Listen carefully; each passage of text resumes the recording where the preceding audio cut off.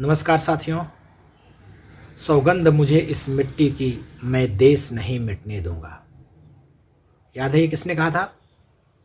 यही नहीं, ये भी कहा था, न कोई घुसा है न कोई घुसेगा, ये मैं गारंटी लेता हूं। ये भी याद है साथियों। वो एक बहुत ही गंभीर विषय है, देश की सीमाओं की सुरक्षा के बारे में बहुत ही गंभीर विषय है। बात हम कर रहे हैं अरुणाचल प्रदेश की, जहां पर कि चीन के द्वारा अरुणाचल की सीमा के 4.5 किलोमीटर अंदर आकर के एक गांव का निर्माण किया गया है। उसमें 1 2 3 4 घर नहीं, पूरे 101 घर बना लिए गए हैं, जो कि अभी हाल की सैटेलाइट तस्वीरों में ये चीज़ खुलकर आई है सामने। 2019 और 2020 के बीच में ये गांव निर्मित किए गए हैं, पिछले 1 साल के लॉकडाउन में। और यह वर्तमान केंद्र सरकार की राष्ट्रीय और अंतर्राष्ट्रीय नीति पर सवालिया निशान खड़ा करता है।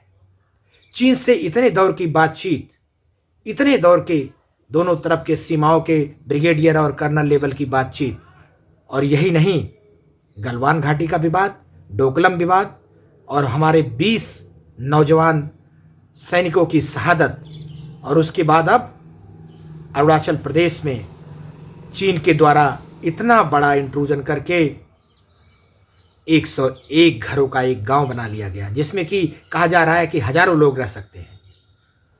और इसका सबसे प्रत्यक्ष उदाहरण यह भी है कि अरुणाचल प्रदेश के ही भारतीय जनता पार्टी के एमपी ने अभी हाल फिलहाल में ही संसद में यह बात उठाई थी कि चीन ने न सिर्फ 4.5 किलोमीटर बल्कि ये ल्हासा नदी के किनारे किनारे रोड बनाते हुए भारत के अंदर 60 से 70 किलोमीटर तक घुसाया है।